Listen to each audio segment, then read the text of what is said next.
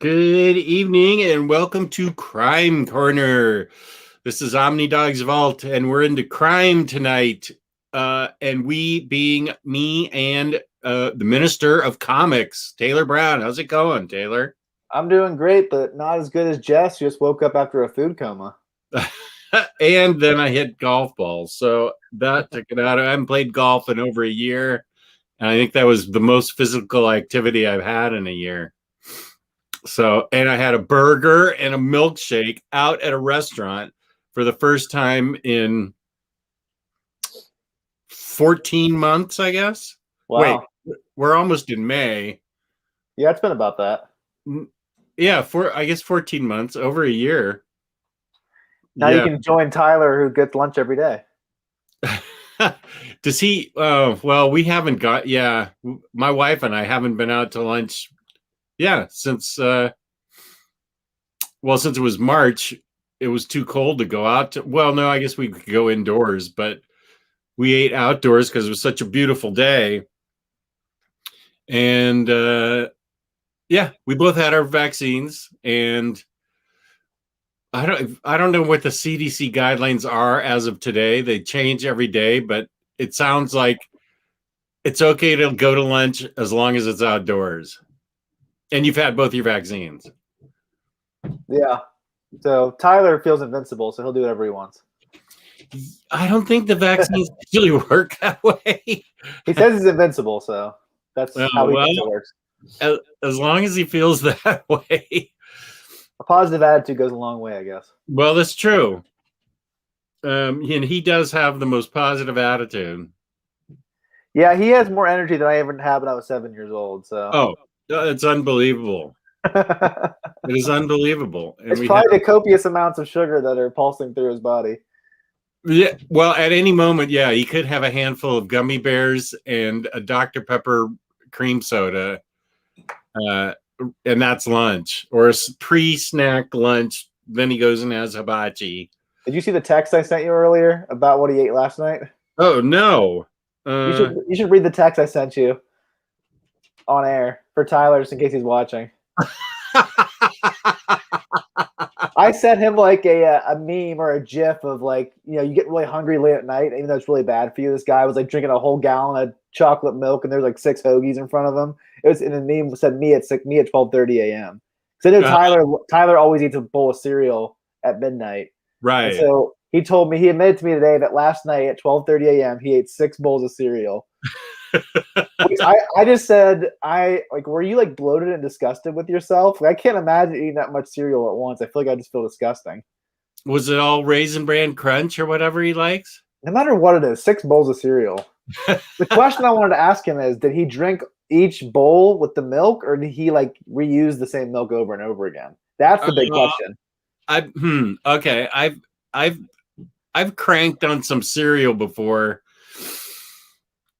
And I would just use the same. And I don't know if I've had 6 bowls of cereal, but you have to fill it a little bit more milk, like top it off a little bit. Yeah, you're gonna pour more in. I would just pour more in. Yeah, especially when I used to like the cereal that comes out at Halloween time, Boo Berry and Frankenberry and Count Chocula. Right. There was one year, like maybe it was 2014 or something. I can't remember what year it was, but they came out also with Fruit Brute and Yummy Mummy. Yummy Mummy. Yeah, those are from my childhood, Fruit Brute and Yummy Mummy. And I mean childhood, like 8 years old. And they brought them back for a year. And I had forgotten. Fruit Brute's pretty good, but Yummy Mummy, I totally had 6 bowls at least. Not at midnight, but probably at 9 o'clock at night. How old were you? Oh, it was 7 years ago. Oh, wow. So I guess you and Tyler can join the club, the 6 bowl club. Yeah. And I think the most I could have is like maybe like 2 extra top offs. That's the max though. Yeah. I've been in a Reese's Puff kick lately. Oh. And I like to top those off a little bit if I'm still hungry.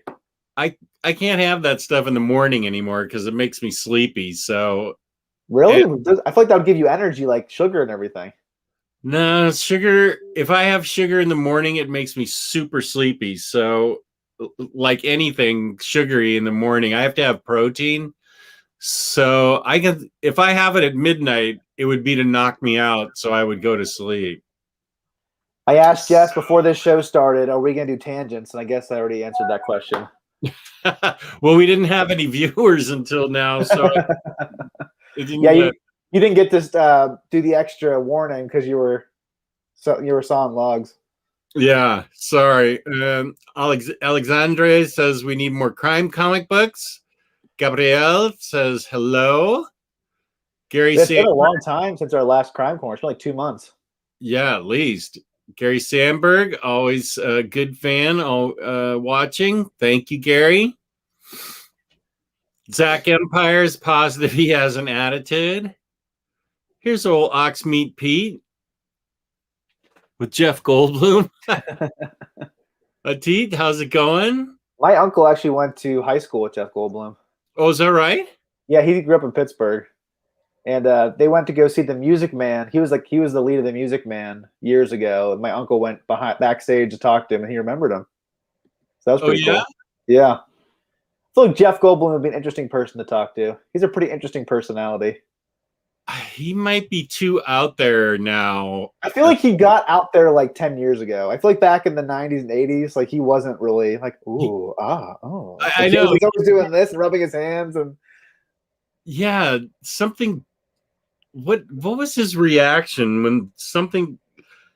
He had a famous reaction when something happened within the past 2 years. He's like, "Oh, why would that happen? How did it happen?" He always has noises emanating, like oh, yeah. He's always like, oh, yeah, yeah. So Tom Hiddleston, who plays Loki, he actually does a lot of great impressions. He's a great impressionist. He does a killer Chris Evans. I don't know if you've ever heard him do Chris Evans. Oh my gosh, no. He has a great His Chris Evans is spot on. And his Jeff Goldblum is also really good. Oh, I get it. Do you see that on late night TV or something? I'll text it to you. I saw a video of like someone doing like a compilation of all his impressions. Oh, okay. And it's funny because he's like a British guy, but he can go into like American accents and just do whatever. It's funny. I'm a big fan of people who can do really good impressions. That's like that's one thing I wish I could do better. Wolfgang says, "Hey guys, so I picked up Pulp on your recommendation. Awesome. Hopefully you got the hardcover before it went out of print." Oh, it's out of print already? Yeah, I think they released the trade paperback, but there's no hardcover available. Maybe it's on Amazon, but on most of the other sites, I think it's unavailable. Hello from Montreal, from Lewis. And Scotland, right on. Hey, from Scotland, I was just watching back your previous Vertigo video, the top Vertigo books one. Looking forward to hearing about some crime Vertigo books. We did regular Vertigo. We should return to that topic and do our favorite underrated Vertigo books at some point. That could be fun. Say it again. We could do our favorite underrated Vertigo books. Okay. We did our favorite. Like most of them are ones that are pretty popular. Most people know about. Yeah. I would think. Oh yeah, I got plenty of underrated one. It's the year of Jeff Goldblum for me. Hey guys, I just got Road to Perdition in the mail. Can't wait to start reading it. I have read that long before the movie came out. I read it. Have you read it? I have not read it, but I do want to read it because I really enjoy the author, Max Allan Collins. I just started reading some of his novels, the Corey novels. Did you ever hear about those? No. It's about a hitman named Corey, and there was a TV show about it on Cinemax for a while.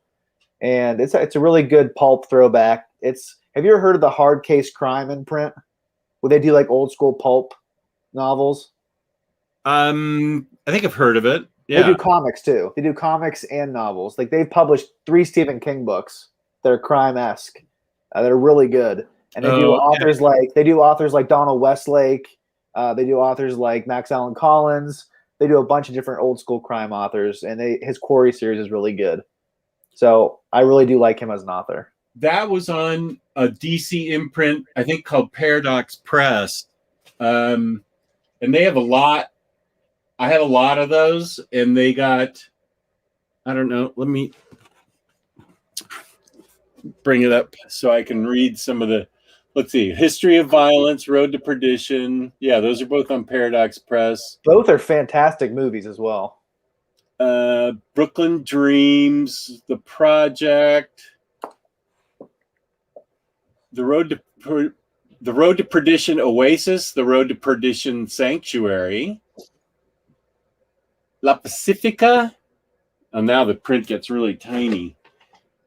And I think they did a Road to Perdition 2 or Return to Road to Perdition in the Vertigo Crime imprint, I believe.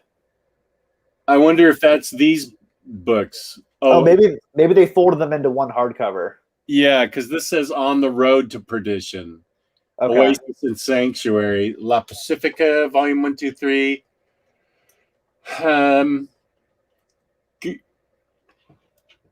Green Candies. Everybody is watching. This is a perfect snapshot of Jess for an avatar. Don't rewind the show and snap it. Paradox was Family Man and Hunter's Heart. Volume 1, 2, 3. I'm trying to see if they're by any authors that I would recognize or that you would. I think Max Allan Collins is probably the most famous.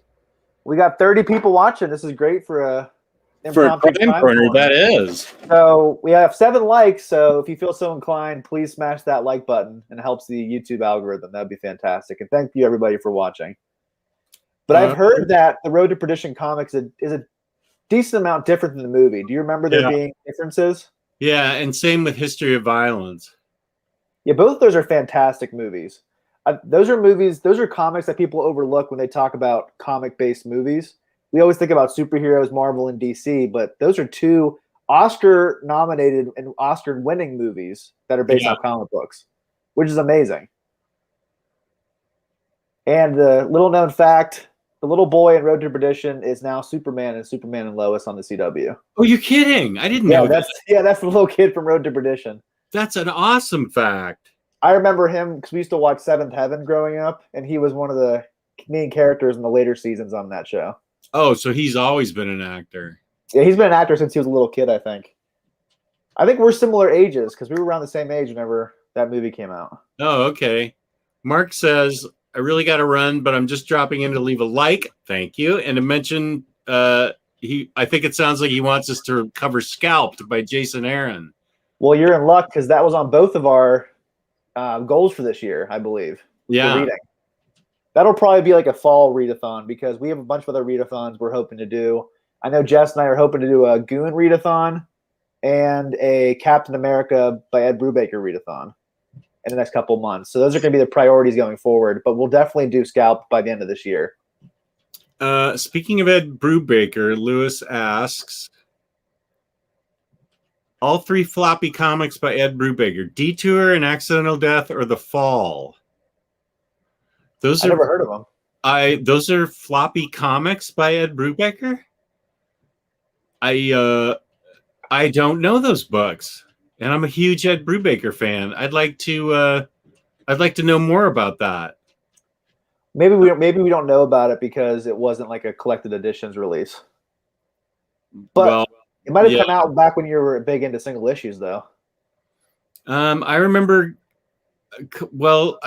collecting the Savage Sword of Criminal or whatever things, but if these were Ed Brubaker, like really early ones, then they must be. Did you know about Ed Brubaker back in the day, or not really?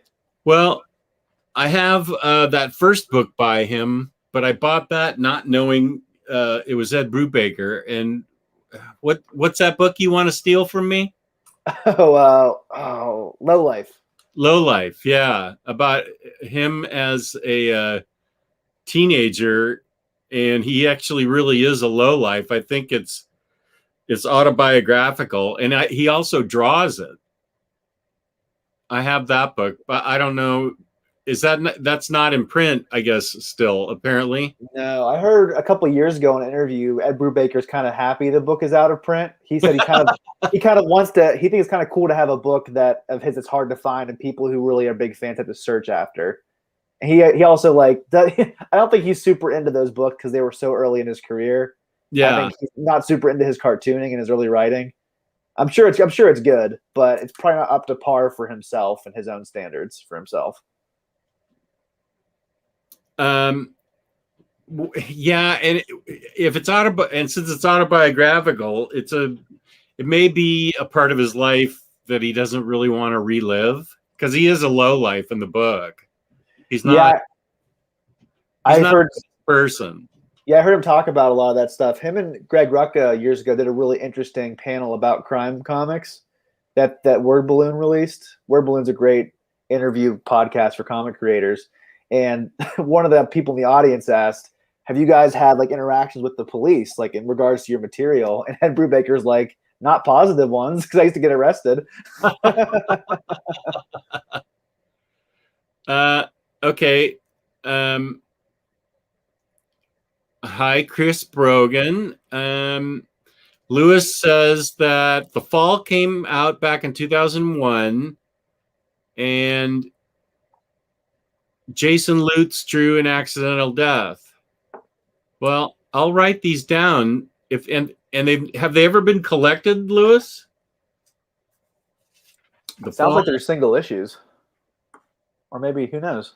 I don't. Yeah, I'm surprised I never heard of them though. As a pretty big Ed Brubaker fan. Yeah, I think the one of the series I don't have by. I think the two series I don't have by him. I don't have his X-Men because I'm not really that big of an X-Men person. You're not missing anything. And he even isn't a big fan of his own X-Men. I've heard him say. So it sounds like you're not alone in that feeling. I'm 100% certain that editorial interfered the heck out of him in that writing of it. So I haven't read his X-Men. I haven't read Low Life because it's out of print. I haven't. Is it called Dead Enders? Have you heard of that? Oh yeah, I have that. Have you read it? No. That's another book I haven't read before that I need to get by him. I don't even think I knew it was by him. I believe it's a Vertigo book. So if you're in the chat and you're in the know about this, correct us if I'm wrong, and let me know if Dead Enders is worth reading or worth picking up if you read it. Irish Knight, a new Crime Corner. This can't be real. So we do have Crime Corner fans. I think we're definitely not going to have the next episode in like 5 months from now because we both really want to review Reckless and Sleeper by Brubaker. So that's probably going to be sooner rather than later, I would think. And I think Reckless, did it come out today? Yeah, the second book came out today. Irish Knight, just got to Las Vegas, watching a little bit before I get some food and drinks. LOL. Been sober 22 days, but only to lose weight. Well, good luck on your weight loss. Yeah, if you're not drinking beer for a while, will definitely help you lose some weight. That's for sure. And Reaper XC, always a great always XC. Thank you, buddy. You're a great fan. Single issues, yeah, but it's like 48-page comics, so like an annual.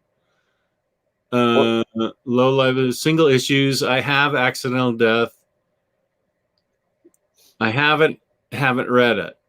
Well, the chat knows more than we do about Ed Brubaker's single issue comics. We're gonna have to go hunting for these comics now. Man, I always thought I was an Ed Brubaker expert too.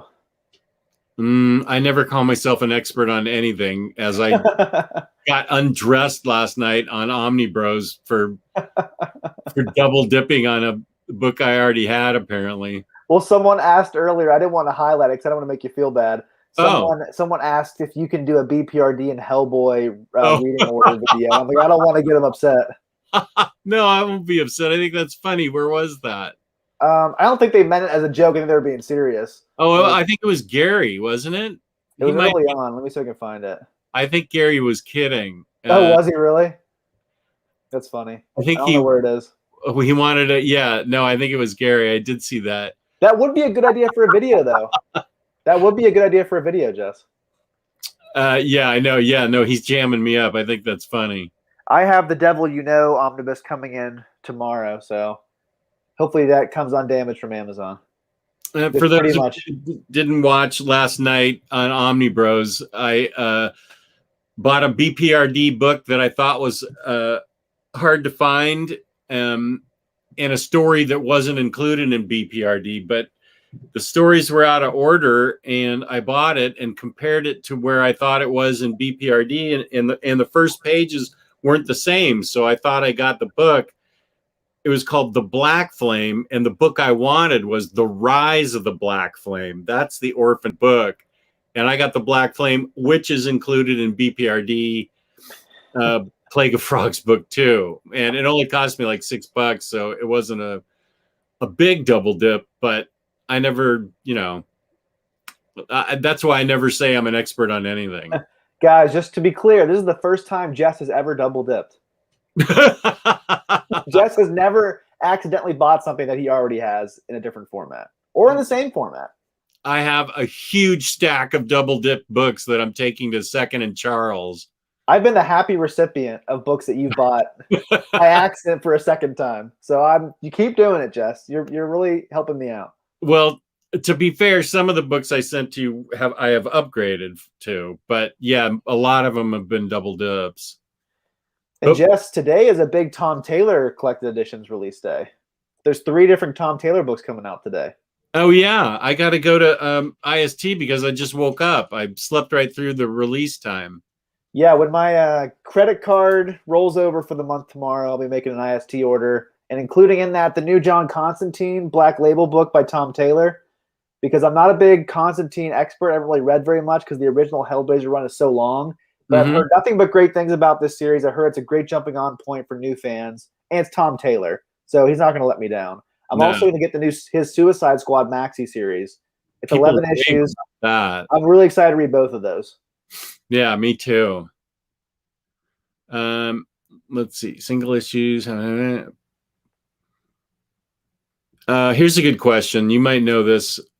I picked up the 2 sleeper trade collections. Do you know if the omnibus has anything not in them? I think it does have. Does it have? Wasn't there a trade paperback that was released? There was a trade that was released besides the sleeper books. So here's what happened. So the Omni's out of print. And then DC was doing this thing where they were releasing these thick trades for Wildstorm Classics. So we got volume 1 of Sleeper. They did this for Planetary as well as the Midnighter complete collection that you have, Jess. Yeah. Here's what happened. They didn't do volume 2 because it's DC. And so I had to go to an LCS and find Sleeper season 2. And the real kicker is that's the same exact cover. I have 2 of the same cover. Oh, that's right. So there's not a really easy way to get this series right now. So DC really needs to reprint it because it's a fantastic series. But I have all the material right here. There is all the material in those books? Yeah, so your best bet if you're looking for sleepers to find them at an LCS, go on Comic Hub. I'm a big proponent of Comic Hub, especially not just for finding books in your area, but books throughout the country. The only hang up is you need to make sure that the comic that the shop that has your specific comic will actually ship it to you. Because not every store will ship it to you. But I know I've gotten some really good stuff that I've been wanting for a long time of Comic Hub. I know Jess has as well. Yeah. I've had a lot of luck on Comic Hub. Hey, there's Joe Goose. How's it going, buddy? Good to see you. For a while. Irish Knight is drinking whiskey, ginger ale, and beer. Okay. Right on. Oh, wait. Oh. He asked me a question first. Not to judge up the past for you, Jess, but back when you drank and would go to a bar restaurant, what was your drink of choice? Same for you if you drink, Taylor.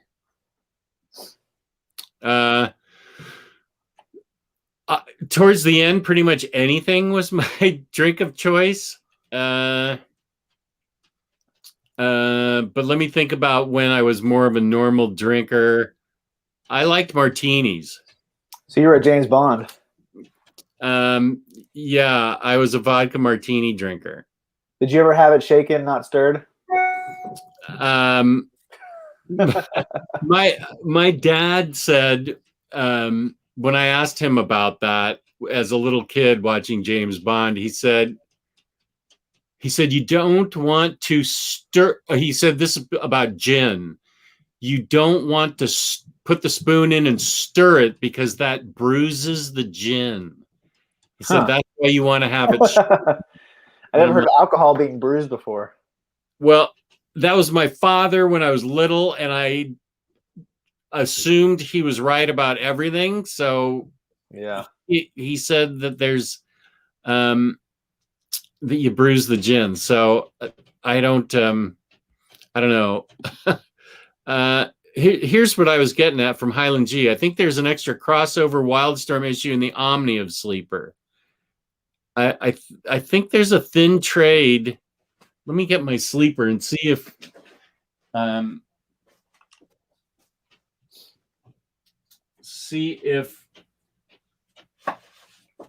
well, if there is an extra story I didn't have, it definitely didn't affect the main storyline of Sleeper. At least I noticed.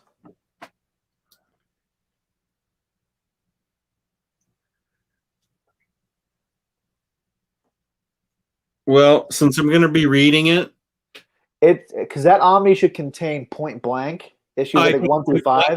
Oh yeah, exactly it. Yeah, the first trade that I showed that was Orphaned, it starts off with Point Blank. Okay, it's a different artist than Sean Phillips though, but it starts off with that story. You don't really have to read it to understand the main story, but it gives a little bit of background for what's going on. It follows like a totally different character than the main character of Sleeper, who I think is Holden Carver. I think his name is, if I remember correctly. And T-Lar Blount is in a crime corner. Tyler, this show is too mature for you. It's too gross. It's too crimey for you. You better get out of here before you vomit. Do you have any crime corner figures? Tyler did a picture the other day where he had some blood splatter, and he said, "I did this just for you." I'm like, "I'm surprised you didn't throw up." He's like, "I almost did." Tyler doesn't like blood, fake or real. So do you not drink, Taylor? Oh, I do. I don't like wine or liquor or mixed drinks. I just like beer. My beer of choice is Blue Moon with an orange slice squeezed into it. Love Yingling. That's a beer that's around the country, but mostly around Pennsylvania. And I like craft IPA beers. But I don't always feel like spending the money on them. Boy, we've got quite a lot of people, and we've got a lot of questions. Hey guys, got my Flashpoint omnibus this week, but a little confused on the mapping. I bet. Would you suggest to read cover to cover or story by story? I don't know how it's mapped. All my Flashpoint I had custom bound because I had all the single issues. The main thing is, to me, is to read. Well, let's see. If they mapped it in order that it came out, I don't know how they mapped it. I had it bound, I think, in the order that it came out.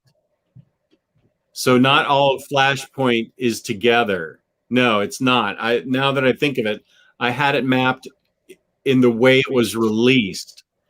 And if that's the way Flashpoint is mapped, then you can read that fine. But if it's not mapped that way, is it like a Spider-Verse issue where it's like, oh my gosh, what is that to get sticky notes for this? I did have to Screaming Fingers. How do they have it? Is Omnibuddy? Hey, how's it going? I think that's how the new Omni is mapped. Publication order. Well, then you can read it that way. Fine. Yeah, and Gabrielle said that too. Supposedly it's mapped in the order of publication. Then you can read it. Yeah, that's fine then. You can read it in release date order. As a matter of fact, I'd recommend it. And speaking of OmniBuddy, if you're ordering off organic price books, you can use the code OmniBuddy for a 2%, I think a $2 discount. He can work on his own show. I just want to give people a discount. That's a good thing to give people an idea of a discount. Everybody work on his own show. I just want to tell people about a discount because I love a good discount. Well, you know how people were kind of complaining or I told you about how people were complaining about the Joker War hardcover mapping. Remember Uh, how I yeah, wanted I just my got. only my complaint with that book is how tight it is. It definitely has some gutter loss issues in the beginning. I heard a lot of complaints about the mapping, but I was perfectly fine reading through it. It made sense to me. So I guess I'm one of the rare people that didn't have a problem with the way the issues were arranged. I was annoyed that they didn't tell you what each issue was.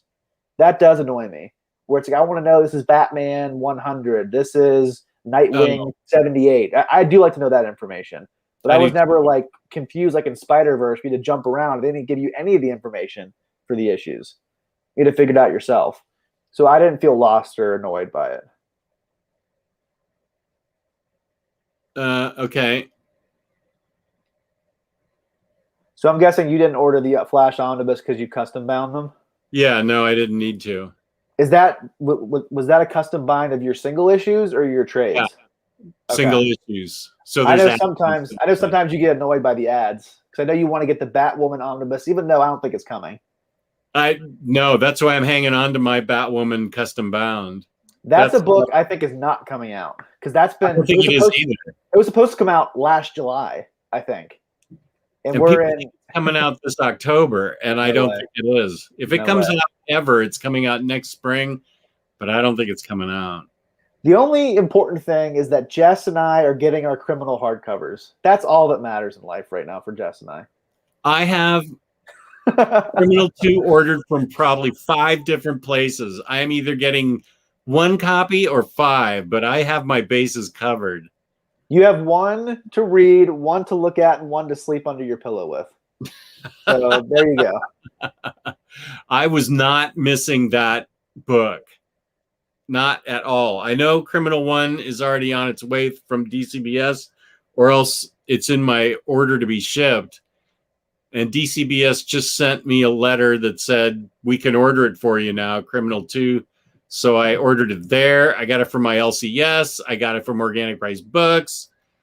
One of those is coming in. And it's okay with me if all 3 do, because I bet it's going to be hard to find, so I'll sell them. Oh yeah, I still have my original Icon books. I'm just waiting for this run to go out of print and just sell those because they'll still be able to get a good price. I think once Yeah. the image stock's out of print. But yeah, have you seen what those look like next to each other on the shelf? Have you seen like a picture of it? It looks so No. good. And even putting them all 3 together, Omar did a video about them, and it looks really good all together. So we definitely made the right choice here, Jess. Okay, good. Let's see. And Doc Collector said he read all the Bond books that we recommended in 3 days, and he wants to read more. Where is that? That's at 7:35. Oh, and to Collector, you didn't get notified about this show? Like I'm from Canada. I read all my Bond books in 3 days. I need more. I think I have all of them. You have all of them too, or just about, don't you? I think I need like 4 more, and I'm good to go. I have most of them. Those are worth owning. I need to get the Greg Pak books. There's 2 of those. I need to get the 2 short story ones. Then I think I'm good. I think there's one with Moneypenny on the cover. I think it's like the Bond Files or something. And then there's Reflections in Death, if I remember correctly. So I think those are the 4 that I need. But I definitely need to pick those up soon. Lethal Protector, you're in luck. We're talking about both those books tonight. You're right. I haven't heard anybody talk about these books, really. Have you, Jess? I haven't seen a video about it. I've never really seen a post about it. I found out about it through you, I think. Or I think I read an article about it, and I texted you, and you said I have all of them, which I wasn't surprised by. But you already knew about them, though. Those are books I have not double dipped on. So I think these are books that came out in 2009 through 2011, and it was a Vertigo imprint. Did you pick them up when they came out, or is this after the fact, like years down the road? Do you remember? I picked some of them up when they came out, and then I picked up some after the fact. Some are hardcover, and some are paperback. So it's a mixture. They all have the same type of spine. I only have the hardcovers, the ones that I have. But there are paperbacks.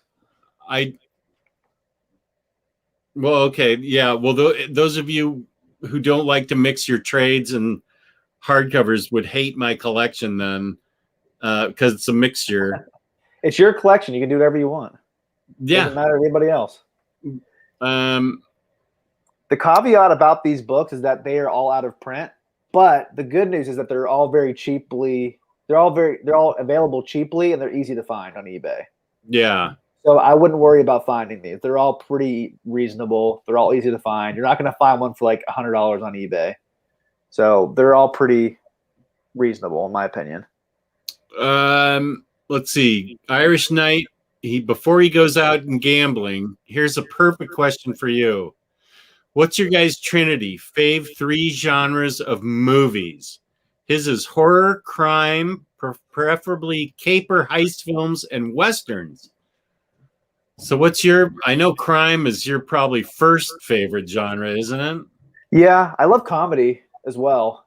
You got to have nice. You have to have some good comedies in there. I mean, I like horror, but it's not one of my top 3. I like westerns, but I don't know if that would be one of my top 3. I don't know, maybe like an action movie. So, I mean, I love a lot. I mean, superhero movies right now are kind of a genre in of themselves. I'm not sure. Maybe superhero, crime, and comedy at this point in my life. I would say superhero, horror, and comedy for me. There's some good crime horror movies out there as well. The Invisible Man was really good. Oh, that's a crime one too, not just horror. It's kind of like a mixture of a crime horror. It's not like a. I don't want to spoil anything for you. Okay. But I really enjoy. Even my wife liked it, and she hates horror movies, so that was good. Big Elmer cried. Thank you. Have you really watched any horror movies since your Walk in the Woods at Midnight show went on hiatus? I haven't. She was sort of the impetus for me to watch a lot of horror movies. I've seen maybe a couple since then, but I was really into it when I was watching them with Jenny. Right. I mean, I'm sure that kind of gave you the impetus to work it into your schedule. Like you had to watch it. Yeah. That definitely helps. Have you read Love and Rockets, Jess? I know Elvis has asked about it a couple times. Oh, I have, and it's just a series I can't get into, and I have tried. I know that I know that my friend James Dayrit is into it. He's from the Bay Area, and he's really into Love and Rockets. I've tried since the 80s to get into it because it's been famous and popular almost since the day it was printed, started out. I just haven't been able to get into it. I don't know what it is, but I wish I could get into it because I know there's a ton of stuff that they've put out. I do have Marble Season by one of the brothers, but that's really about it. Do you know what the basic premise of Love and Rockets is? I never really heard like a summary or like an idea of like what the book's actually about. Can you even remember? I know you're not a fan, so maybe you don't remember. Yeah, whoever asked the question can sum it up better, but I believe it's a couple of Hispanic girlfriends, and their lives, which you think would be right up my. Oh, that sounds like a Jess Bragg book. Yeah, I love life books, but I don't know. They just didn't resonate with me, or I found them hard to follow, or something. This is a great idea for a video, Jess. Popular books that we didn't like, or something like that. Like books that everybody else seems to love, but we just wasn't for us. Not sure what the title would be. I don't want to say I didn't like it. Because it was just something that didn't resonate with me. So because there's definitely comic books that I don't like, but I would just say Love and Rockets. It just didn't jive with me. Or books like we don't get, like you and Little Bird, like you just didn't really. Little Bird get it.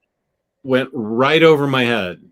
And what was the other one? Jack the Repairman or something? Or is that what it was? Yeah, that was like a crime book, and he was yeah, he was supposed to be like a fix-it guy, and that went. I was just like, what's going on in this book? I did, yeah. I have no problem admitting when a book goes over my head. But Little Bird definitely went over my head. And Jess, Tolga Burke has some great news for you in your channel. At 7:43. Oh, wow. Really? So That's everybody awesome. go out there and share this channel. Let's get to 6K during this show so we can celebrate. Me and Jess can celebrate by finally putting our dioramas together. One of which a mysterious messenger has sent to me. AKA, I think it's Tyler Blunt. He keeps saying that it wasn't him, though. I wouldn't put it past Tyler to lie to me. Oh, my. That's such a manipulation. I'm just joking. I have read this. I have this. Have you read it? The Gotham Noir? It's included in the new The Man Who Laughs hardcover deluxe that just came out a couple months ago. Oh, right. So I did double dip on that book because I needed to have the Phillips and Brubaker team up. So I got rid of that trade, The Man Who Laughs, because it only came with The Man Who Laughs miniseries and a couple issues of I think it was Detective by Ed Brubaker, but didn't come with the Gotham Noir. But the new deluxe did come with Gotham Noir. So I had to get it. It had to be done. I don't think that, well, no, I don't know. I got it 5 or 6 years ago and it wasn't hard to get. So I don't know how hard it is to get now. You might as well get the deluxe if you don't have that material already. Yeah. Man Who Laughs and the other issues by Ed Brubaker from Batman. And Gabrielle watched The Babadook today. I did review that with Jenny a long time ago. Did you enjoy it, Gabrielle? I remember we liked it, but she and I were kidding each other even afterwards about the kid in it being incredibly obnoxious. The mom was just tearing her hair out, and the kid was just always shrieking about the Babadook. Was it the girl from Wonder Woman that Lou hates?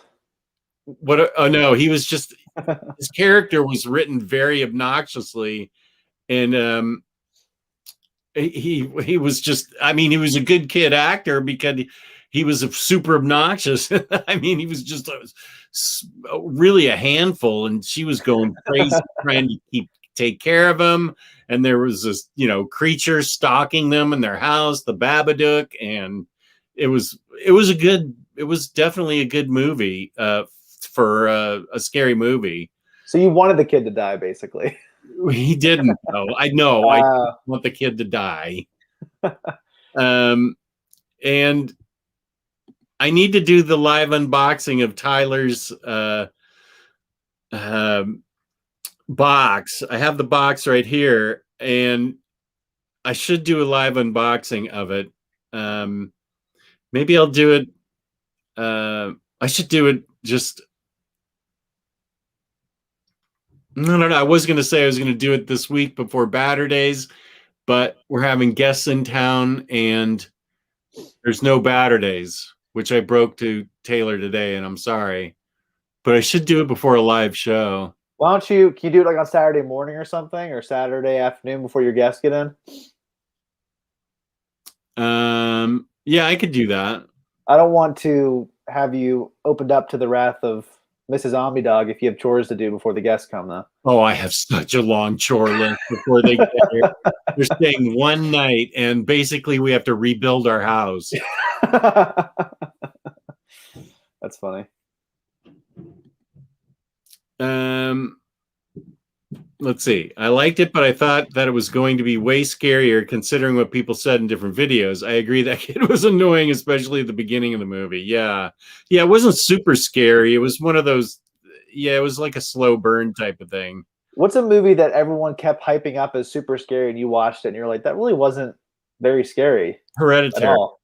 Really? I was super creeped out at the end of that movie. The end of that movie was freaky. Demon stuff really creeps me out. So that was what does? Demon stuff. Like I don't really like demon movies. I didn't know it was a demon movie until the end. And I was I love demon movies, but it was so weird. I thought the ending was weird. The ending seemed sort of It's like a different movie, basically. Yeah, it was. That's why I thought it was a ghost movie the entire time. Did you think it was a ghost movie? I thought it was like I didn't know what it was. I thought it was like a haunting. It was like demons. I'm sorry to spoil it. I mean, it's like a 4 or 5-year-old movie. And it's Crime Corner, not Horror Corner. So at the end, I was like, okay, I don't know where that came from. Yeah, I don't know where that came from either, and I wasn't really that scared. And I feel like Midsommar, which is by the same director, I'm not going to watch it because I have a feeling it's even more out there than that Hereditary. I've heard it's if you think Hereditary is weird, I've heard Midsommar is even weirder, like a million times weirder. A movie that I really wasn't scared by at all was It Follows. Oh, I thought that was kind of creepy. I thought it was creepy. You know why? Because a lot of horror movies, it tries to flip the trope of jump scares because you see them coming. Yeah. All the time. I don't know why I just didn't really. It was creepy. No matter what, I'll have night terrors after watching a horror movie, no matter if it's scary or not. So, last October I was watching a lot of horror movies, and my wife's like, "You have to stop for my sake. Like, you keep waking up and walking around and yelling in your sleep." But a movie that I wouldn't say it was like scary, like a jump scare movie, but I told you guys to watch it. You did watch it for the show. Is The Invitation, and oh yeah, there's no monster in it. It's just the evil of human nature and what we're capable of. And I know that scares you more than monsters and demons. Totally. That movie just like it's just the expert movie in tension building. The whole movie is like just tightening a wire and just snaps at one point. It just goes crazy. I love that movie. And the ending is fantastic. I love the ending of that movie. Yeah. The very, very ending of that movie I thought was amazing. And that movie stuck with me. Yeah. Which there's a few of those movies that stuck with me, but we're getting off of the crime topic. but we are still on tangents, and that's Johnny Air Windows is happy about that. Well, we don't have batter days, so you might as well do some tangents. Yeah. I haven't done my Legos yet. That's something my daughter wants to do. Sorry, Europeans, Lego. I haven't put together my Lego set yet. That's something my daughter wants to do with me. And now that we've gotten our shots, she's going to come over on weekends and help put it together with me. Yeah, first we have to put together these dioramas. That's our first goal. I think Jess and I are going to build it sometime this week together, help each other out, because apparently you have to watch a YouTube video to build this diorama. The directions apparently are worse than IKEA. Yeah. And Haunting of Hill House is on my list of things to watch. The first one. Jess, that's a fantastic. You should wait till October and watch it for your horror. Do you watch horror movies in October usually? Yeah, before I did the show with Jenny, when I watched them year round. But yeah, I like to watch them. I like to watch them in October. Yeah, I like to read scary books during October too. The first season's I haven't watched the second season. I know it's like an anthology series, so it's a different story and different characters. But that first season was great. Lou has said the second season is not worth your time. Just so you know, I haven't. Well, the good thing about the show is that you can watch any season that you want and still feel satisfied. Kind of like True Detective, how the first season was amazing and the second was terrible and the third was good. You don't have to watch all of them. You can watch any of them. Yeah. That's the good thing about these kind of anthology shows. So the first now we're talking about horror movies. I found it fairly creepy. I liked all of it. I wouldn't say I was scared by it, but I'm just a huge Stephen King fan, and I love the It book, and so I was excited to watch the movie. I wouldn't say I was scared, but I thought it was an entertaining movie that was well made. Yeah, I think so too. Did you like part 2? I heard so many meh things about it that I didn't watch it. I liked it. Oh, did you? Okay. I really thought they got like the heartfelt part of it. Like it was a really like emotionally satisfying character's journey. And so if you're looking for me, if you're looking at it for a lot of scares, you might be disappointed. I think if you go at it from really growing connected to these group of kids who grow up and become adults, I think you'll have a much better time with it. That's just my personal opinion. Okay. I didn't go into those movies wanting to be scared. I just wanted I just wanted to have a good Stephen King adaptation. Yeah. You need to watch Doctor Sleep. That Oh, was yeah. such a good movie, Jess. That That's was on made by the my guy list. who did Haunting of Hill House. That's a great movie. Yeah, that's on my list. I definitely need to see that. Especially if you love the Shining book and the movie, because it pays homage to both of them in different ways. Right. Because Stephen King famously hated the Stanley Kubrick movie, which Right. a lot of people love. Have either of you guys read Stephen King graphic novels, The Stand or Gunslinger? I had both Gunslinger, and I had the Gunslinger and Dark Tower, and I sent one of them to Omnicat as a gift. And I think I still have Gunslinger. I think I sent her a Dark Tower. I kept, but I haven't read it yet. But I've read all the Gunslinger books, the Dark Tower books, rather. Those are the only Stephen King books I've ever read, are the Dark Tower series. Oh, wow. I'm surprised you haven't read like The Shining or Carrie or any of the others. No. I read the Gunslinger original series. I haven't kept up with the rest of the comics because they don't finish the whole series out. So it doesn't really seem like there's much of a point for me. Because they don't finish the whole. I mean, that's a long series, though. That's a huge 7-book series. That's thousands and thousands of pages. Yeah. Especially when you get to book 4 and on. Uh-huh. That's when they really start getting long. The first 2 are really easy reads. The third one gets pretty long, and the fourth one's very long. I liked them all. Yeah, they're all really good. I'm just saying they get longer as they go on, so I can see why they didn't finish out the series. Yeah, Dr. Sleep the little kid grows up, right?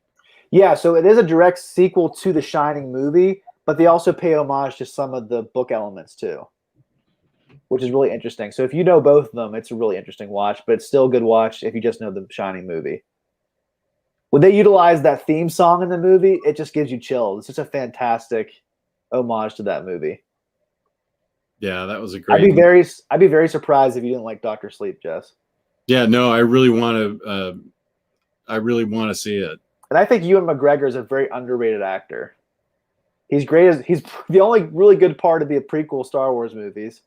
What other movie he was been really good in? Oh, Birds of Prey. He was a great bad guy in that movie. Oh yeah, as Black Mass. I think he's always solid. Yeah, he was good at that. Well, should we actually review these books, Jess? Yeah, sure. And we'll drop off in viewers. Yeah, we're at 60 viewers. We probably should keep tangenting, but if you have some time, we'll get back to some tangents if we have time at the end. We're almost at an hour and we haven't reviewed the books yet, but we actually did read these Vertigo crime books. We each took 3 different ones that I don't think we picked 3 ones that the other hasn't read, right? Yeah, and Josh Smith, I thank you so much for watching, but I would love to see something positive in the chat from you. Just what's something that you do like, dude? Just let us know what you like. That'd be great. Uh-oh, Omnibudy's leaving. Well, thanks for joining, dude. What was the first one you read? Well, we read Ratcatcher a couple months ago to interview Andy Diggle. Right. And we both loved this book. Again, speaking of how Ewan McGregor's underrated, Andy Diggle is such an underrated writer. I have loved everything that he's written that I've read. We both really love The Losers. I love this book. We liked Green Arrow Year One. His James Bond books are fantastic as well. They are. So him writing crime, I'm in. And this is a really great series. That's Didn't all. The crimiest crime book we've ever crimed. Yes, this is I think this and Men of Wrath are the crimiest crime books we ever crimed, Jess. But this, again, so with these books, you're getting these digest-sized black and white comics, just to be aware of that. They're smaller, they're not regular-sized comics, but they're kind of throwbacks to the original pulp novels of the 50s, 60s, and 70s. So I really enjoyed reading them. But this is a great series all about FBI snitches, the Witness Protection Program. And I really don't want to say too much, because wouldn't you say the best part of this book, Jess, is the twists and turns? Oh, yeah. This is a book that I had no idea where it was going. And you'd think okay, I know where it's going now. It would totally zig and zag on you, and it ends in a totally unexpected way. I This is a love book, art. and the art is fantastic as well. I've never even heard of this artist before. Have you, Jess? Victor Ibanez. I probably butchered that. I haven't. No, that's one thing about these Vertigo crime books is that I haven't. They don't have. I didn't recognize any of the artists in any of the books. Yeah, I don't think. Oh well, Chris Somney did Area 10. Oh, okay. I love Chris Somney when he's doing black and white crime books. He did a great job in Area 10, which I'll get to in a few minutes. And remember, he did an arc of Queen and Country, Jess. That was really great. That was the highlight of that series for me. Okay. I would love to see Chris Somney come back and do some crime comics after he's done doing. He's doing Firepower with Robert Kirkman, right? Yeah, and Gabe really likes that book. I kind of wish he wasn't teamed up with Robert Kirkman. Why not somebody else? I just want to see him and Mark Waid do comics forever. Yeah, I agree. If I don't see Mark Waid and Chris Somney do a Superman run, at some point in my life, I'll be very disappointed. Oh, that would be awesome. That's my dream team for Superman. Because I love Superman Birthright. I love Kingdom Come. I love Mark Waid's take on Superman. And I think him and Chris Somney work so well together. Yeah. So this is the first one that we both read, I think, back in January or February. So it's been a couple months. So it's not fresh on my mind, but I do remember loving it. And I think it's definitely one of the better Vertigo crime books that I've read so far. I loved it, and we did it right before we interviewed him. I highly recommend that book. That book is fantastic. Ratcatcher. If I remember correctly, didn't he say he's still working on the screenplay for that, the adaptation of that book? I think he has a screenplay that he's been working on for years that he still hopes to get produced. Okay, now I remember that he's been working on it for years. But this would be a fantastic movie. I think all of these books would make. I don't. Okay, the books that you read. The books that I read. I can only speak to the 4 that I've read. Right. I have different feelings on the books that I read. Okay. Well, do you want to get to one of the books that you read, since we both love Ratcatcher so much? The first one I read was Fogtown, which is about San Francisco in the 50s. I'm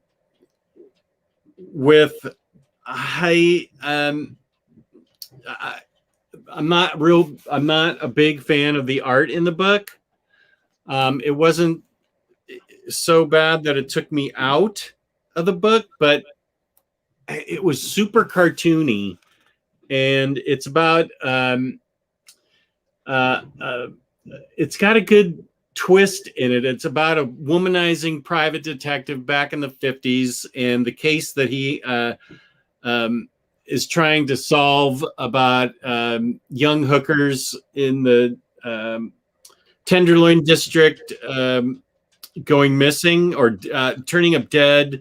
And when he takes the case and he goes to visit the hookers in the morgue, he discovers stuff. I don't want to spoil it. He discovers things that have been done to them that that lead him to believe something more is going on. There are a couple of awesome twists. I will say there are a couple of awesome twists in this book. The tropes in this book, it's very well, it's super tropey. I mean, it uses the PI. It uses the PI sort of model and really leans into it. So it's sort of cliche almost.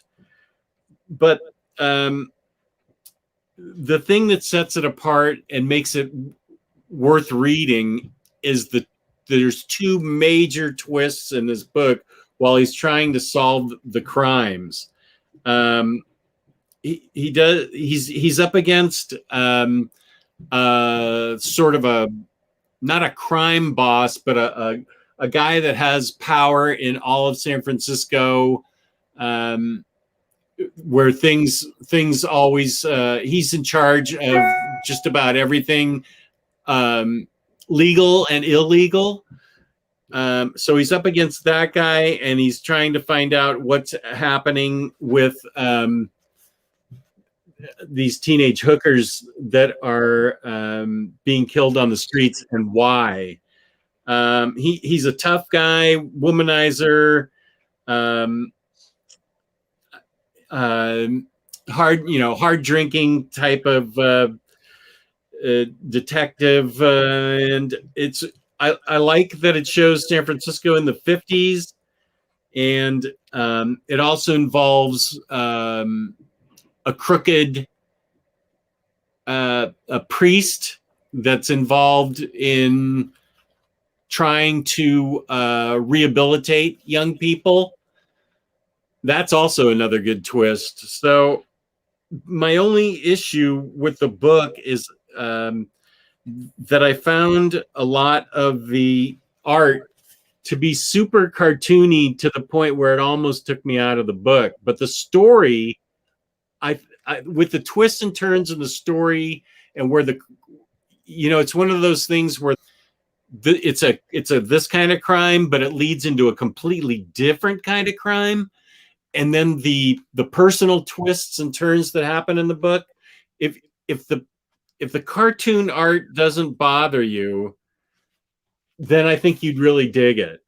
So if it was drawn by somebody else, you would have really enjoyed it. I think if it was drawn a little more realistically, I would have loved it.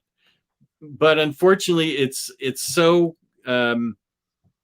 it's just so cartoony that I had a problem with it. It dealt with such serious subject matter, and to see the cartoony artwork, it just didn't lend itself to the seriousness of the subject.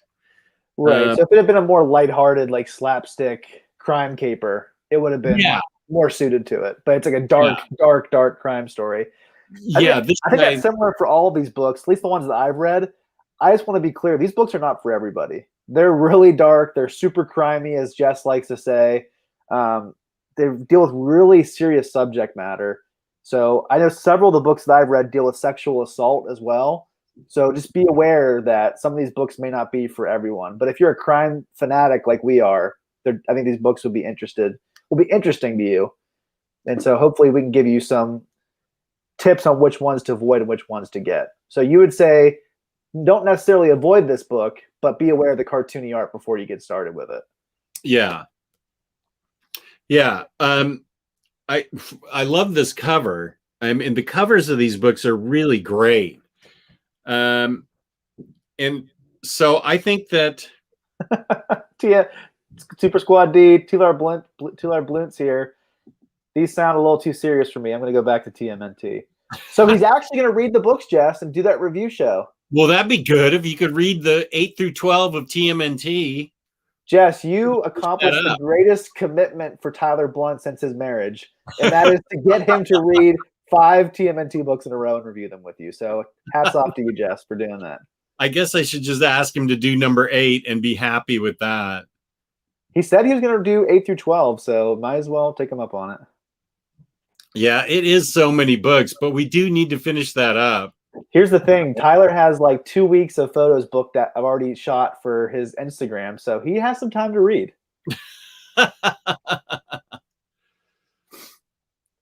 Now, Highland G says that I enjoy simpler art and crime books. Sometimes the detail takes away from the noir simple feel. I understand that, but I think that it takes away from the atmosphere of this book. I think it just takes away from the atmosphere of the book. But of course, these are just our opinions, and that's all. That's all they are, is our opinions. So I am not telling you not to get it. I'm saying you should get it and you should read it. Just be ready for the kind of cartoony art that's involved, because the story's really good. And it's by Brad Rader, who I'm not familiar with his name. Yeah, there's a lot of books in the Vertigo imprint that I'd never heard of their creators before. So they kind Yeah, of went outside the usual pool of comic creators. They pulled out like novel writers and other people from different mediums to work on these books. I just picked up on the fact that this is a gun with the fog coming out of it. What do you think it was? I just saw this part here and I'm like, what is that? I just thought it was fog and an interesting pattern. And then all of a sudden I figured it out that it was a gun. Lee Bermejo did the cover. Oh, cool. Yeah. Oh, I think. Oh, he did the cover for Ratcatcher too. Oh, art is by Brad Rader. Anderson Gabrick.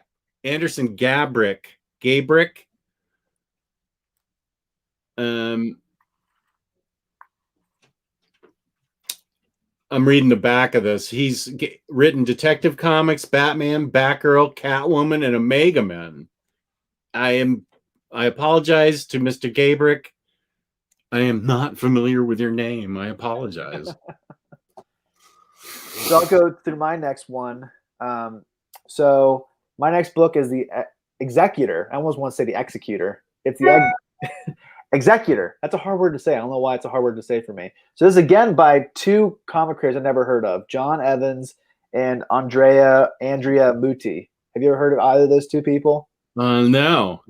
So this sounds like a Jeff Lemire book right away because it's about a washed-up hockey player, which is almost always the main protagonist of a Jeff Lemire book. I'm sure Kristen would appreciate that. So this is about a washed-up hockey player, I think is a sport talent agent now.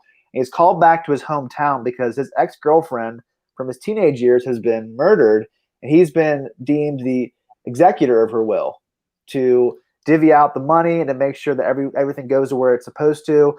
But she actually did this and made him the executor so she could draw him into a crime that's been decades in the making. A crime that goes back to his childhood with her. Something that they did together that's tied into something that some corruptive individuals are doing in their town. I would say this is a really solid book. I wouldn't say I loved it, but it's definitely worth the read, Jess, especially since you have it. Yeah.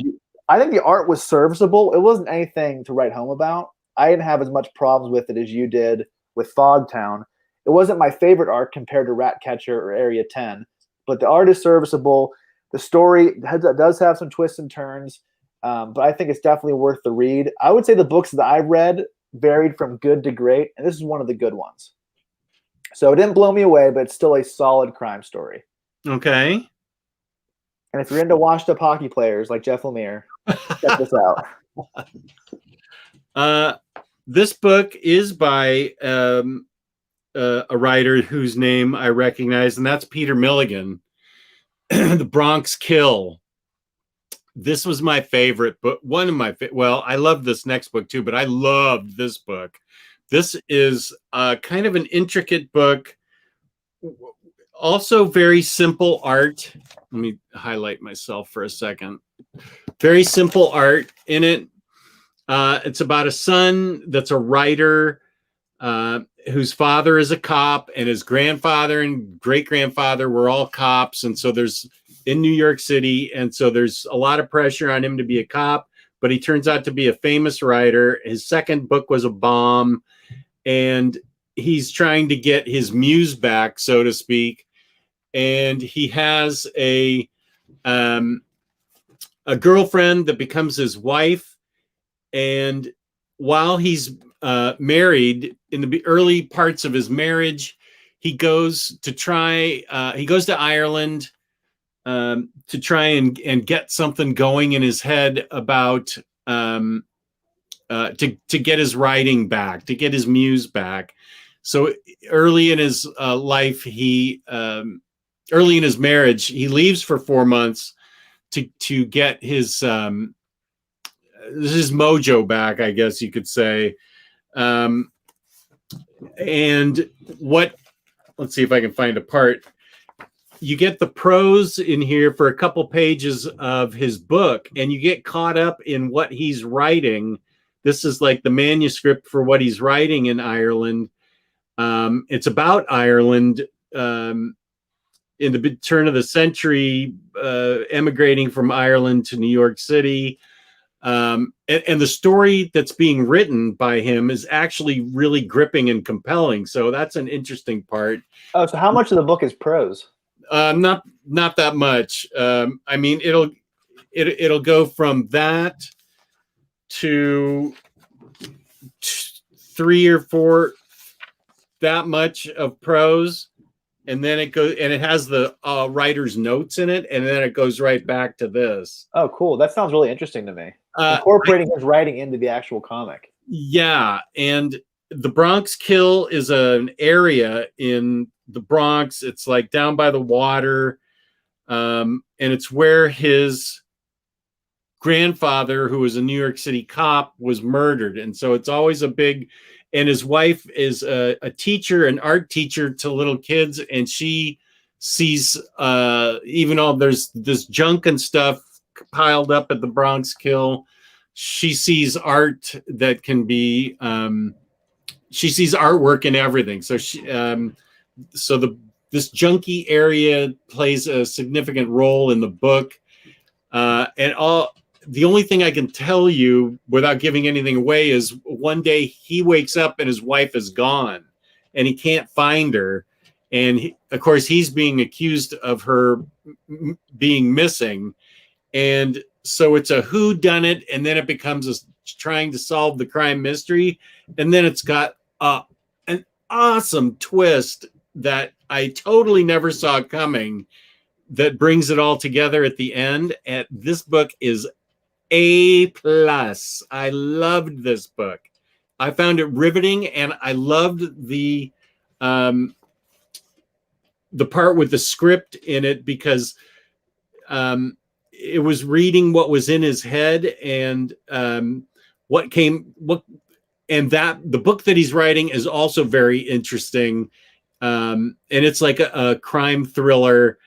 And I've really found that to be a really cool part of this book, that they worked in the writing, that Peter Milligan worked in the writing to the into this graphic novel. So I just dug this book a lot. So if I were to read any of the books that you read, it'd be this one. Yeah. All right. I'm definitely going to pick that up. Yeah, I think you dig this a lot. So the next one that I'm going to talk about is probably my least favorite that I read. I wouldn't say it's bad. It was just not my favorite out of the 4 that I read, and that's Noche Roja. I'm not. If Omar was here, he'd correct me on how I'd say it. But Noche Roja. He doesn't speak English. It's by Simon Oliver. I'm trying to think of what else. I think he did Hell's Kitchen, or The Kitchen, that involved those women. I think it was a Vertigo comic about a crime family in the 70s that was centered on the women of the family. He also did The Exterminators. Did you ever read The Exterminators, Jess? The Vertigo book? I have those, but I haven't read them yet. And it's art by Jason Latour, who's famous for doing Southern Bastards. So this is a book. Again, this might not be for everyone, because a big part of this book does involve sexual assault and the mistreatment of women. But again, it's something that does happen. It really highlights an issue in Mexico. And basically, it's centered around this factory in Mexico where women work for barely any money. They're mistreated. They're not treated like human beings at all. They're just used as workhorses. And a lot of them go missing and are found dead. And a private investigator across the border in America is hired by this investigative journalist to discover why these women have gone missing and who has killed them. So it's a classic private eye story. I wouldn't say it's surprising at all, but it's definitely a well-told story. I think you would probably enjoy it, Jess. I don't think the sexual assault storyline it's nothing like User, where it has no purpose and it's just mean-spirited. Oh. I think it's more to highlight an actual issue in reality, that these things actually happen, and it requires people to actually do something about it. It requires good people who actually fight against people who take advantage of workers in different countries. So I think this is a good book. It just wasn't my favorite. It was just the most generic, and there was no twists or surprises to it. But there's something to be said for a well-told crime story. Yeah. Joe Chip, no, we haven't talked about Sleeper. That might be our next crime corner, Sleeper and Reckless, the 2 Reckless books. Is that what we're thinking? Yeah, that's the plan. As soon as we get in our Reckless volume 2s, we'll try to make sure that episode happens pretty soon. Okay. It just came out today, so it might be a while before we actually get the volumes with how comics are shipped nowadays. Right. My next book is actually a Constantine book. Ian Rankin, I recognize his name as being a crime writer. And I can't, there's only a certain amount I can show you, because as soon as I go to a certain part of the book, it wrecks the surprise. This is a Constantine crime novel, which I thought was a great idea. It takes a lot for me to like the writer who does Constantine. I'm very picky about my Constantine writers. I haven't liked any writer until Cy Spurrier, since Hellblazer wrapped up on episode. That's what the book's about. I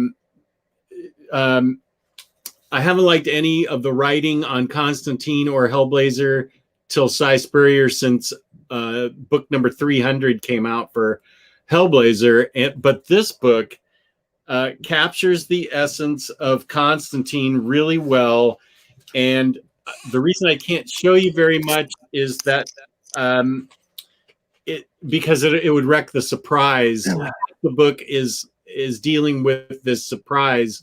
The central conceit of the book is that Constantine is brought in as on a British reality show where these people are locked up in a house together. I guess like Big Brother. And the problem is the show's been going on for a little bit, and he's inserted in there because the house, it turns out, is haunted. And he's supposed to go in there and solve the mystery of how the house is haunted. So the writer, I think, does a great job of getting the feeling of John Constantine. I like the setting of the haunted house and the producers and the director and stuff behind it. And I thought this was really good. If you're a Constantine fan, you will like this book, I think. I did, and I'm really picky about who writes John Constantine. So I think that if you are a Hellblazer fan, I think you'll dig this. If you're not a Hellblazer fan and you're just a crime novel person, just be aware that it's an occult crime novel book. But I dug this book a lot. So it's good for people who don't know a lot about John Constantine either, like me. I think you could read that. You could read this as like a first experience with John Constantine, and be fine, because it gives enough of his. It doesn't dive deep into his background or anything. It just it centers on what his personality is like, and more his ability to suss out, as they say in England, what's going on in the house, in the haunted house. Well, I just got a sideshow code. Gotta go. Get to use it right now? Yeah, just a sec. You talk about your book. Okay. Well, this is the book I was most excited to talk to Jess about. He won't even be listening. And that's Area 10 by Christos Gage and Chris Somney. I think this is tied with Ratcatcher for my favorite. It actually might be my favorite. I'd have to read Ratcatcher again to decide. But it's a great creative team. Christos Gage is a solid writer who he is probably most well known for working with Dan Slott on a lot of his books, because Dan Slott, if you watch 616 on Disney Plus, is notoriously slow. And so Christos Gage is often brought in for the dialogue portions of the scripts, whereas Dan Slott usually focuses on the story. So let me read the back of this, because there's a lot going on in this book. A killer known as Henry VIII leaves a trail of decapitated corpses. This woke Jess up. There are no apparent clues except that he keeps the severed heads to use for purposes unknown. Ew. For NYPD detective Adam Common, reeling from a personal tragedy and a bitter divorce, cracking the Henry case offers a chance to get his life back on track until a freak accident leaves him with a bizarre injury to his brain. When he recovers, Adam's perception of time is altered. He soon becomes convinced that his condition is tied to the Henry killings, that the key may lie in the ancient art of trepanation, the macabre ritual practice of drilling holes in the skulls to achieve enlightenment. Adam must learn to use his strange symptoms to use to his advantage in order to stop Henry before he drills again. What a great summary that was. That sounds awesome. Jess, this is a book that you should read tonight after you're done with this show. It is such a really good book. And kind of like the Constantine book, probably less so. There are some occult, supernatural elements to this story. Because basically, because of this art of trepanation, it's able to touch a certain part of your brain that allows you to see possibilities of what could happen seconds or minutes from now. Oh my God, that sounds awesome. So you're not sure if you're seeing the future or just a possibility of the future. So the detective kind of uses it to his advantage to take down this bad guy. So I don't want to say any more to spoil it, but actually this might be my favorite. I don't know. I have to read Ratcatcher again, but this is definitely one of the top contenders. And if you have to read any of my choices, Jess, it would be this one. Oh my gosh, I want to read it right now. You should read it after the show's over and let me know what you think. Okay. So let me go through my list. Noche Roja is my least favorite, but I still really liked it. The Executor. I always want to say The Executor. The Executor, that's a hard word to say, I don't know why, is a good, solid story that doesn't have much twist, doesn't have much surprises to it, but it's well told. Ratcatcher is a fantastic, twisty-turny crime story. It's the crimiest crime book we've read in a long time, and I guarantee that you'll like it. And the same with Area 10. This book is gross, and it's awesome. And if that doesn't convince you, I don't know what will. I am going to go pull it from myself now so that I read it as soon as I get upstairs. I can't wait to read this now. Oh, Christos, that's Chris Gage, right? Who writes he does a lot of Marvel stuff. Yeah, if you had been listening to me and not typing in your code, you would have heard that. I was talking about know that I need to read the book. That was a $3 code. I was telling everybody that Christos Gage is famous for working with Dan Slott, who's notoriously slow, as seen in the 616 documentary, which Jess likes to call a hit piece on Dan Slott. I did? Didn't you say that? Like how it was kind of like they made him look really bad? Oh, well, I do think they made him look bad. Yeah. And I don't think they needed to do that. But Joe Chip is saying, Taylor, can you repeat the title of the previous book you mentioned? Was it Area 10? Okay. I reviewed, just to recap it, Area 10, great. Ratcatcher, great. The Executor, I actually got that right. Good. Noche Roja, good. So I enjoyed all the books, which is good. Yeah, I enjoyed all my books too. Ian Rankin did Dark Entries, a John Constantine novel. I enjoyed this a lot. I highly recommend it to Constantine fans out there. Bronx Kill. This is one of the best things I've read this year, and I got to remember to enter it on Goodreads and give it 5 stars because it was awesome. And Fogtown, which I loved the story, but I felt like the art sort of pulled me out of it. It was a little too cartoony, but the story had a lot of great twists and turns that if you dig crime stuff, you will dig the twists and turns in this book. Well, the biggest takeaway from these books for me is that I definitely want to do a part 2 at some point. Yeah. Review more of these books. So I only have these 4 for right now, but I definitely want to pick up more off eBay.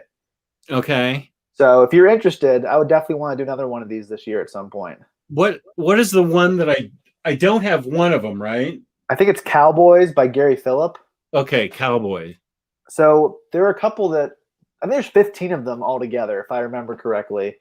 So what you could probably read them off your shelf because you have them there. I think there's one by Brian Azzarello called Filthy Rich. Is that what it is? I've read that, yeah. What else is there on your shelf? 99 Days. That's by Casali. Last name Oliver. Oh, Did Noche Roja, The Chill, and The Executor. So I just need to read. I need to read The Chill, The Executor, Noche Roja. I've read Filthy Rich, and Ratcatcher's up there too. I need to read 99 Days also. So hopefully by the end of this year, we'll do a part 2 because I definitely want to read more of these books. And even though Jess and I love like oversized books, these are really nice digest sized collections that lend themselves to the genre. I actually like this format. What did you think about it? Yeah, I think that somebody in the recently asked me about black and white book recommendations. That might have been something that somebody left on a video of mine, but these would be some of my top black and white books. I don't mind black and white at all, so I thought these were really good. As long as it suits the story. Sorry? As long as it suits the story, and it almost always suits a crime story. Yeah, I think black and white is great for a crime story. So well, that's how the noir genre started back in the 30s and the 40s, the black and white movies. So it definitely is like part of the inception of this crime noir genre. So I think it definitely suits itself to these stories. So I kind of feel like I bought these books for like a dime at the grocery store, which I really like that feel. It's like that old pulpy feel of books you can buy for like a nickel on your way to vacation to just read and throw away when you're on vacation. So I really like the feel of these books, even though I could see why other people wouldn't. I really like the feel of these books. And I will say, when I was a little kid, paperbacks were a dime. That was I think a lot of people, like, you'd have these pocket-sized books that guys could just put in their suit pockets on the way to work, on the way back from work, or on vacation. So time. And I think people a lot of times would just throw them away when they were done. Yeah, probably. No, so I really do appreciate these books. I appreciate Hard Case Crime for keeping that genre alive.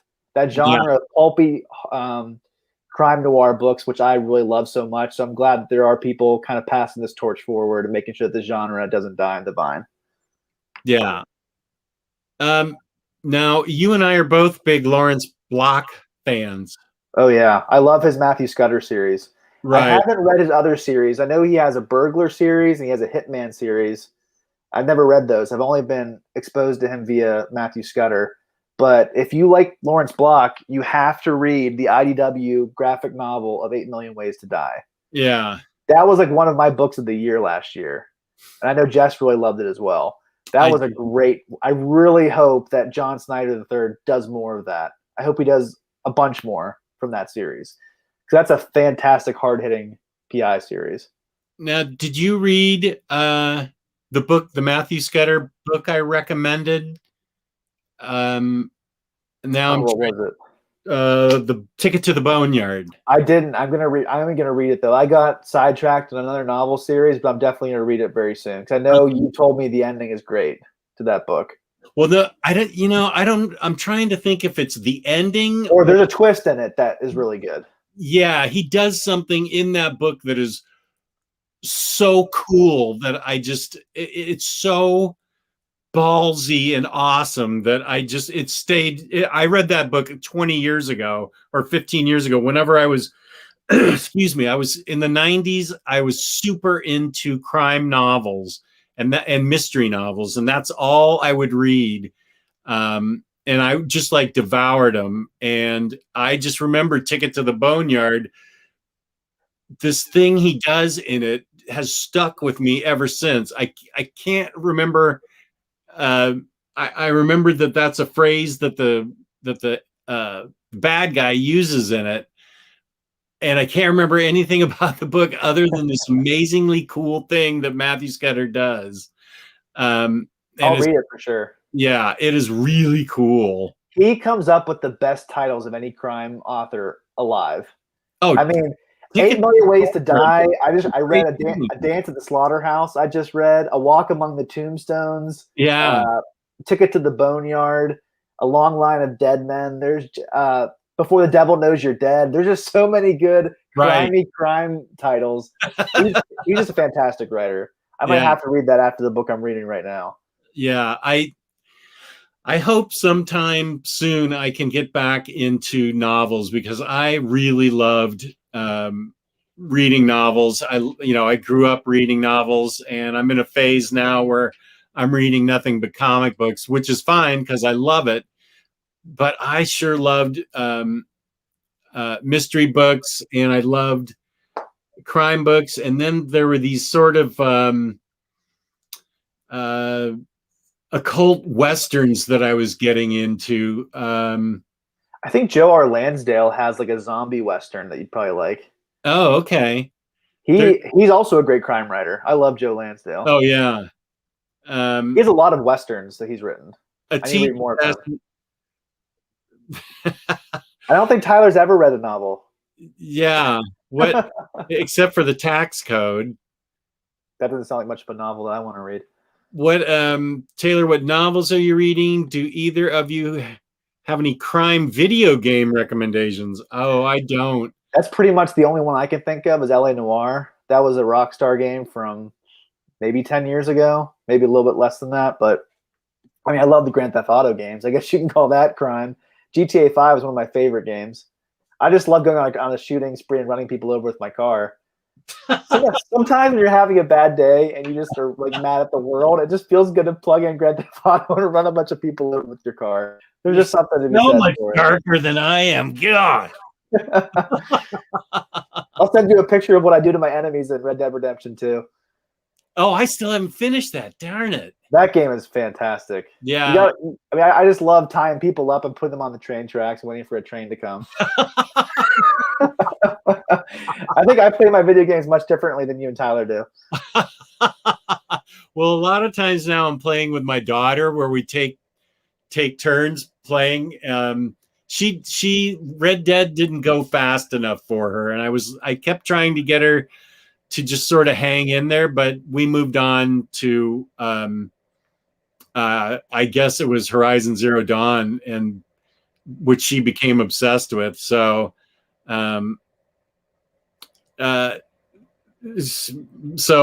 everything I play, I think we're playing the Star Trek game, Fallen Jedi, Dark Order, something. We're playing Star Wars. What's that called? Yeah, I can't remember what it's called now. I did like that game though. Yeah, we're playing that next as we build our Lego set. I have so much that I want to do with her now since I've barely seen her because of the pandemic. I actually don't think I've read any Joe Gollum by Mignola. Jedi Fallen Order. That's what it was. Yeah. I didn't answer the question before about what novels I'm reading. I just finished Those Who Wish Me Dead, which is going to be a movie that's going to be released on HBO Max with Angelina Jolie.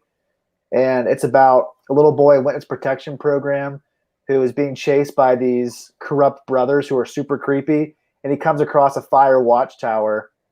This woman has to protect them as these two guys create a forest fire to draw this boy out of hiding. So that was a really good book, and I'm looking forward to the movie because one, it'll be on HBO Max. I don't have to go out and watch it any other way. And it's also written and directed by one of my favorite writers in Hollywood right now, who did Sicario, did Wind River. He's doing a show called Yellowstone, which is really good. I'm reading a book that's going to become an Amazon series starring Chris Pratt very soon, The Terminal List. That's a great series written by an ex-Navy SEAL sniper. So it's very realistic. So I'm really loving that series and devouring that right now. So that's what I'm reading. Gabrielle, have you played The Last of Us? I have. I played the first one, but I haven't played the second one. Same. And I heard a lot of mixed things about the second one. Well, I heard it's gut-wrenching. It's a great video game, but I heard that it's really gut-wrenching. So, like extremely emotional. I do want to play it because I love the first one. I definitely love the first one. And I love Naughty Dog. They're one of my favorite companies, so I do need to finish that game.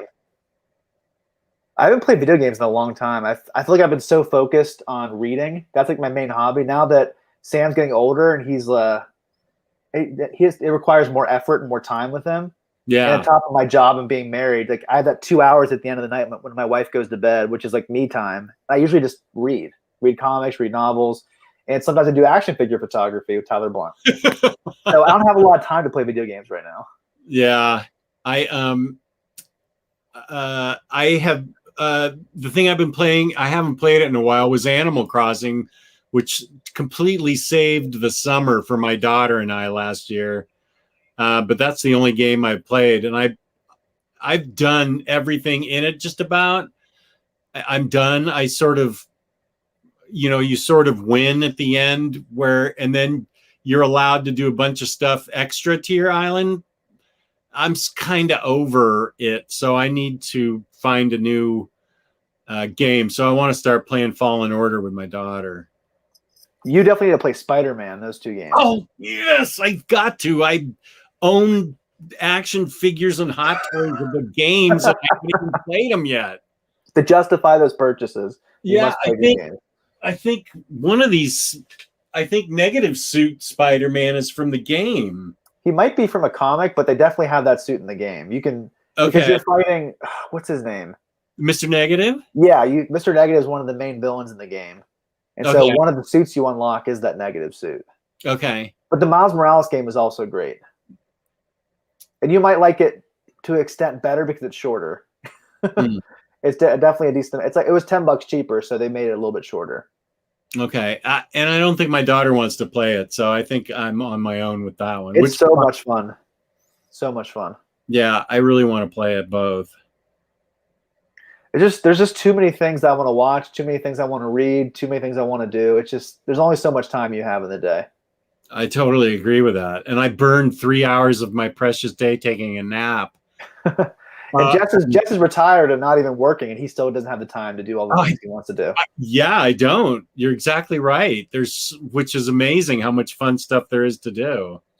Well, now that you're off Facebook, you got some extra time, though. I've got 5 extra hours in my life now that I'm off Facebook. And you're feeling better, so there you go. Yeah, so far. My doctor just has to keep keeping me happy. I never heard it phrased in that way. That's an interesting way to phrase it. She needs to keep prescribing the medicine that makes me feel good or takes away my pain. So I had a lot of fun talking crime with you, Jess. We definitely have to do this again sometime soon. Yeah. Well, as soon as we get reckless, let's go at it. Yeah, for sure. I'm excited to reread Sleeper too. I know you haven't read that before, so I think you're in for a treat with that book. Yeah, I really want to read it. Thank you to the chat. You guys were great tonight. We had 60 people at one time, and when we went from tangents to reviewing, we lost 15 viewers. We should just have a talk show where we just get on and talk. Well, whenever we did the Just Tangent show, we didn't have that many people. Oh, we didn't? It wasn't anything like we've had before where some topics draw like 100 people on Saturdays. What was the topic we did that got 100 people when we did that was it a Batter Days? It was, curating your collection. Oh, damn. We should do that part 2. Yeah, I think you joked we should do that every week. Yeah. Part 25, part 76. Yeah, we got the most viewers ever. Yeah, for some reason, people seem to like topics more than reviews. That seems to be the trend. But part of this is we still want to read and review books though. So yeah, Crime Corner is basically about reviewing books at the core of it. So Batter Days, it's become more of a topic show with some reviews, but Crime Corner is always about reviews because I think the crime genre is a much neglected genre in comics that I want to spotlight more. And so it's my goal and Jess's goal to key you in on some awesome crime comics that you should read and maybe some ones that you should avoid. So Crime Corner is mainly going to be a review show, but Batter Days, we try to do interesting topics and tangents. I found that in my channel too. People like more than my reviews of reading, like the DC Rebirth overview I just did. And that's like a 2-part series. That's gotten way more views than my reviews of the 5 books I read this week. I know people like hearing reviews because it helps them decide what they want to read, but they'd much rather see an overview about a specific or a topic like you're saying. And I think that bleeds over into the live shows too.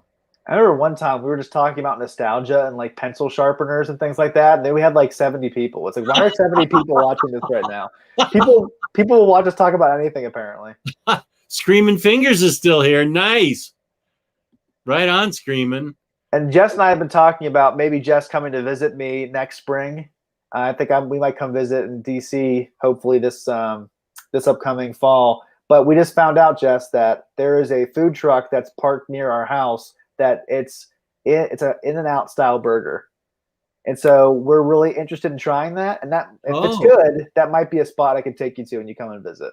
Is it going to be there permanently? Apparently, it's permanently going to be parked outside of this certain restaurant. No, it's a brewery. So it's parked outside this certain brewery in the parking lot. So if it's good, that might be the place to go because there's no In-N-Out over here. Well, and I've been there long enough. I've gone there enough times that I can certainly judge whether it's good. I've never been to In-N-Out, so I really want to at some point. Well, if they, I don't. I'm not gonna. For some reason, it's my favorite burger, but I'm not gonna say it's the best burger. But it's my favorite burger. I know because I had a burger for lunch today, which is what knocked me out. It was so good. I mean, the bun was fresh. Was amazing beef in it. I mean, it had the greatest caramelized onions on it. This was a top-notch burger, and I know In-N-Out couldn't compete with this burger, but I still love In-N-Out so much. But now I remember why back when I had a job when I was 26 in a real office that I never had burgers at lunch because they always knocked me out. I feel like the only thing that does that to me is turkey on Thanksgiving. That's pretty much it. That's a Seinfeld. He wanted to play with her toys, didn't he? Yeah, they roofie her to play with her toys. He get her turkey and boxed wine. Yeah. And then Elaine's like, "This is sick what you guys are doing." She has an easy bake oven. Then you see it, ding! You see Elaine sitting there with them, making the easy bake oven stuff. Playing with the toys. Personally, I prefer review shows to be pre-recorded and live shows to be about topics, Q&A, or shooting the breeze. Okay, that's interesting. Maybe you sort of speak for a lot of people because that's what I'm finding to be most popular in general. That's a good observation, man. I think that Jess will listen to anything N-Man says because he saved Jess's life. He saved me so much space. I only have one cube left that can be double stacked, and it's almost full. But no, I think that's an interesting thing. Review shows to be pre-recorded and live shows to be about topics, Q&A, or shooting the breeze. Well, we always start this show out shooting the breeze and then getting to review, but maybe we should call it, maybe we shouldn't call it a review. Well, I did say Vertigo Crime Comics. That's the topic. True. I like live reviews so watchers can talk about the books too. So it's basically everybody wants different things. So yeah. It's a hard thing. It's a hard balance to strike. I will throw everything at you in an attempt to please everyone. And Screaming Finger says best live shows are after dark. When Omar is wasted. With drunk Omar, yeah. Oh yeah, no, Marhan, you're fasting. Sorry, dude. We'll stop talking about food. That's right. Have you near minted today? What is Tyler's version of it? Even nearer mint or something like that? He was nearer mint in the chat or in the show. And yeah, then, sorry, keep going. And but Omar used it as a verb accidentally. He meant to say, "Did you watch near mint? Do you even watch near mint?" And he said, "Do you near mint?" And that's when it became like a verb. Yeah, you can't give Tyler any ends like that. Well, the chat was talking about near minting then. I'm near minting right now, and we're near minting all over the place. And close the door, I'm near minting. And so it was a funny show. Thank you, James. That's really nice. I appreciate that. Ouch. Taylor's fun too. The three of us together are fun. I like those shows the best. I'm gonna go blast Everybody Hurts, Everybody Cries after the show's over. By REM? Yeah.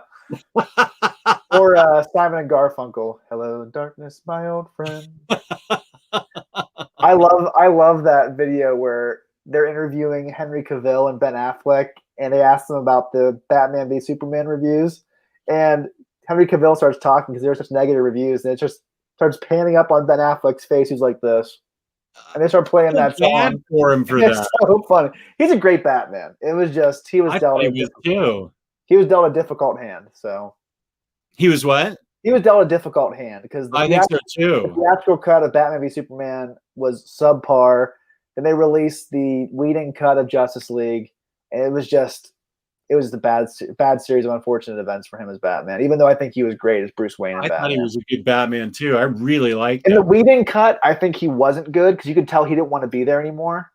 But in the Snyder cut, he was really good, and I thought he was really good in Batman v Superman, even though I had a lot of problems with the movie itself. So I really wish we could have had more time with him as Batman. Yeah. But that's another conversation for another day, probably on a Batter Days.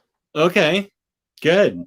Where can they find you with your little name there on Insta? Is that your Instagram name? It is my Instagram handle at Minister of Comics. I post 5 times a week. I do Q&As every once in a while. I post my hauls. I post reviews. I post like my top 5 favorite series, my favorite books in different genres. And I post my toy photography pictures as well.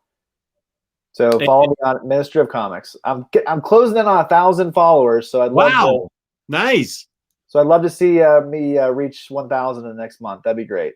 That would be great.